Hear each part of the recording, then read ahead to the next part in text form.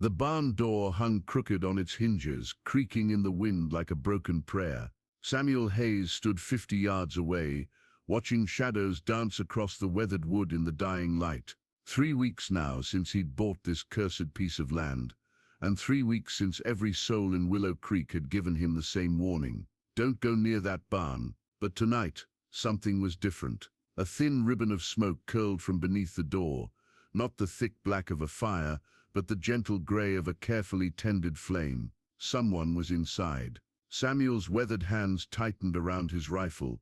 At 52, he'd seen enough trouble to know it when it found him. The previous owner, Old Man Fletcher, had died under mysterious circumstances 6 months back. The townspeople whispered about curses and vengeful spirits, but Samuel Hayes dealt in facts, not folklore. Still, he'd respected their warnings until now. The smoke grew thicker. His boots crunched through the frost-dead grass as he approached. The autumn wind carried something else, the faint scent of burning sage and something sweeter, honey maybe, or wildflowers. His heart hammered against his ribs as he reached for the barn door. Mr. Hayes. The voice froze his blood, soft, musical, and unmistakably feminine. It came from inside the barn. "I know you're there," she continued.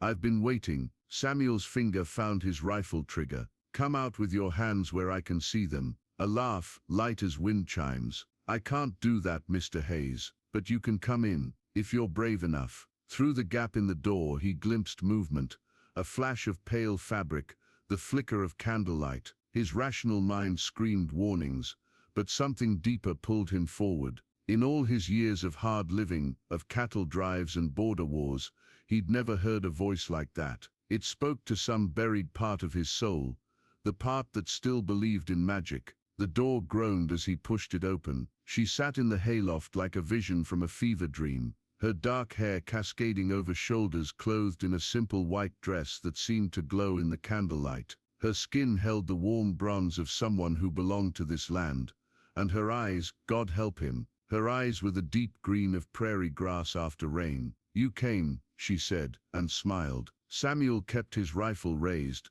though his hands trembled slightly. "Who are you? What are you doing on my property?" "My name is Elena Morningstar." She rose gracefully, moving like water down from the loft. "And this barn, it's been my home for longer than you might believe." Fletcher never mentioned.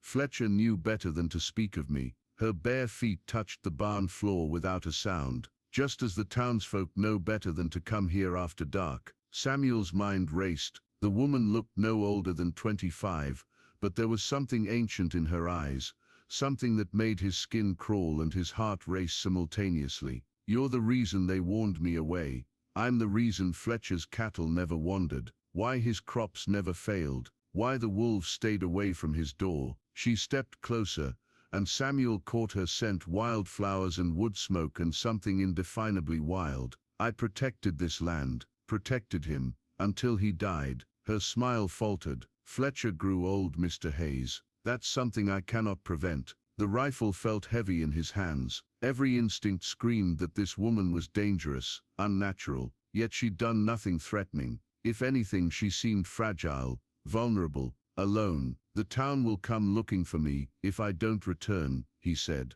"Will they?" Elena tilted her head. "Or will they assume the barn claimed another soul? How convenient for them to have their fears confirmed." The weight of her words settled on him like a shroud. He thought of the suspicious glances, the too quick agreements when he'd made his offer on the land. They'd wanted him to fail, wanted him gone. Outside, the wind picked up, rattling the barn walls like bones. The sound of hoofbeats cut through the night like thunder. Elena's head snapped toward the door, her ethereal calm shattering. They weren't supposed to come tonight. Who? Samuel moved to the window, peering through a gap in the boards. 6 riders approached in the moonlight, their faces masked by shadow and intent. He recognized the lead horse, Mayor Caldwell's prize stallion. "The committee," Elena whispered, backing toward the far wall. "They've been trying to drive me away for months. Fletcher's death gave them courage." "Committee, the town's solution to problems they don't understand."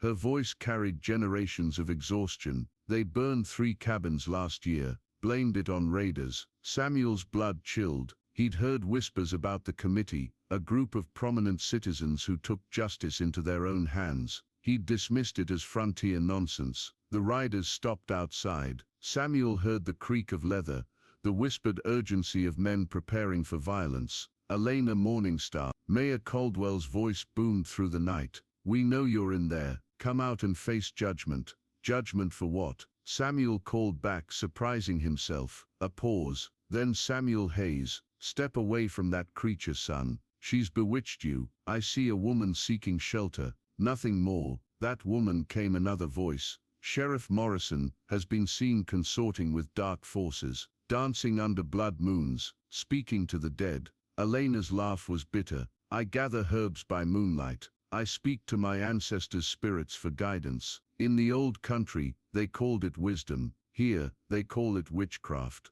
Through the window, Samuel saw torches being lit. His heart sank. These weren't lawmen coming to arrest a suspect. This was a mob coming to burn a witch. "You have until I count to 10, Caldwell shouted. "Then we smoke you out." Elena's hand found Samuel's arm. Her touch was warm, utterly human. "There's a root cellar beneath the back wall. I can escape through the old mine tunnel, and leave me to explain your disappearance." Her green eyes met his. "You could come with me." The torches were moving closer. "Why?" Samuel's question hung in the air between them like a challenge. "Why should I throw away everything I've built for a woman I just met?" Elena was quiet for a long moment, her fingers tracing the rough wood of the barn wall. When she spoke, her voice carried the weight of years. "My grandmother came to this valley 50 years ago, fleeing soldiers who burned our village in Mexico. She made a pact with the land, protection in exchange for guardianship. The animals prospered, the crops grew, the water ran clean." She turned to face him. "But the people always feared what they couldn't control." 3. Caldwell's voice cut through the night. Elena reached into her dress and withdrew something small, pressing it into Samuel's palm. A smooth river stone, warm as if it had been sitting in sunlight. Strange symbols were carved into its surface. "My grandmother's protection stone. It's kept this land safe for half a century." Her fingers closed over his. Fletcher understood. "He let me tend the old ways, keep the balance. But when he died, 4, they see a woman alone, and they think weakness." Samuel said, understanding flooding through him. "I could burn this barn to the ground with a thought." Elena whispered, and for just a moment her eyes flashed with something wild and dangerous. "I could call the coyotes to tear their horses. I could make their wives barren, their crops fail, their children cry in the night." Her voice softened. "But that would make me the monster they claim I am." 5. Samuel looked at the stone in his palm, then at the woman before him. He thought of his own loneliness, the empty house waiting for him, the dreams he'd buried with his wife 10 years past. He thought of the committee outside, men so afraid of what they didn't understand that they'd murder to silence it. 6. "There's another choice," he said quietly. Elena's eyebrows rose. "We face them together. No running, no hiding." He slipped the stone into his pocket. "You said this land needs a guardian. Maybe it needs 2. For the first time since he'd met her, Elena Morningstar looked genuinely surprised. Then slowly she smiled, not the ethereal expression from before, but something real and grateful and achingly human. 7. Samuel Hayes walked out of that barn like a man who'd found his purpose. Elena followed 2 steps behind, her chin raised, her green eyes defiant in the torchlight. The committee's horses shifted nervously as she appeared, as if they sensed something their riders could not. "Mayor Caldwell," Samuel said, his voice carrying across the winter air, "you're trespassing on my land. That woman is a threat to our community, Hayes. Step aside. The only threat I see is 6 armed men preparing to burn down my property." Samuel's rifle remained casual in his grip, but his meaning was clear. "Elena Morningstar is under my protection." Sheriff Morrison spurred his horse forward. "You don't understand what she is." "I know exactly what she is." Samuel's voice cut through the protest. "She's a healer who gathers herbs, a woman who honors her ancestors, someone who's protected this valley for longer than most of you have lived here." He paused, letting his words sink in. "And she's going to be my wife." The proclamation hit the committee like a physical blow. Elena's sharp intake of breath was audible, but when Samuel glanced at her, she nodded once, a warrior accepting an alliance. Marriage won't cleanse her of witchcraft, Caldwell snarled. There is no witchcraft. Elena spoke for the first time, her voice ringing clear. Only knowledge passed down through generations. The knowledge that kept Fletcher's cattle healthy, his land fertile. The knowledge that could help all of you, if you weren't so afraid. Lies enough. Samuel stepped forward, and something in his bearing made 6 armed men shift uneasily. You came here to burn and murder, on my land. That makes you the criminals, not her. The standoff stretched like a bowstring. Then Elena moved, pulling a small pouch from her dress. She scattered its contents, dried herbs and flower petals, into the wind. The committee's horses immediately calmed, their nervous dancing settling into peaceful stillness. Lavender and chamomile, she said simply, for anxiety. Sheriff Morrison was the first to lower his torch, then the others, one by one, until only Mayor Caldwell remained defiant.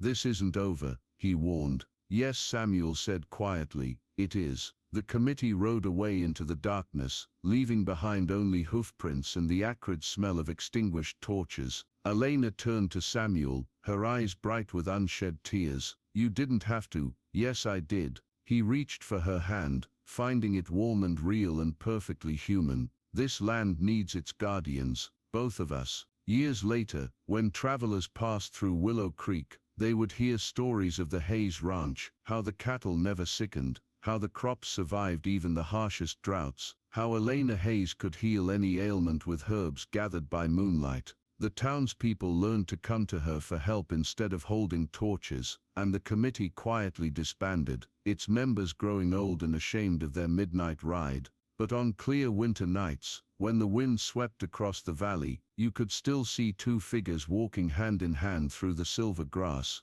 guardians of the old ways, protectors of the wild heart that beats beneath all civilized things, their love as enduring as the land itself.